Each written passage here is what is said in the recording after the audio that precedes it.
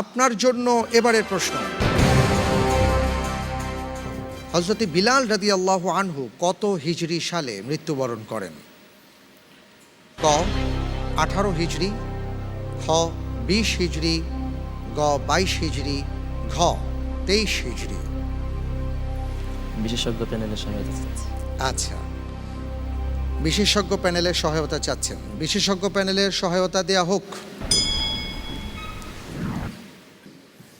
আমরা একটা ক্লু দেওয়ার চেষ্টা করব, সেটা হচ্ছে এই বিলাল রাদিয়াল্লাহু তাআলা আনহু যে হিজরিতে মৃত্যুবরণ করেছেন, সেটা রাসূল সাল্লাল্লাহু আলাইহি সাল্লামের মৃত্যুর বছর যতদিন এতেকাফ করেছিলেন, রাসূল সাল্লাল্লাহু আলাইহি সাল্লাম মৃত্যুর বছর যতদিন এতেকাফ করেছিলেন সেই সংখ্যাটির সাথে সঠিক উত্তরের মিল রয়েছে। আপনি বুঝতে পেরেছেন? জি, বুঝতে পেরেছি।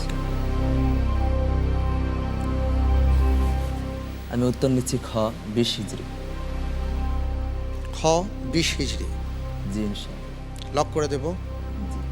ফ্রিজ করে দেয়া হোক। খ 20 হিজরি সঠিক উত্তর। আলহামদুলিল্লাহ। সেই সাথে আরো একটি জ্ঞান আমাদের অর্জিত হলো। আল্লাহ রাসূল সাল্লাল্লাহু আলাইহি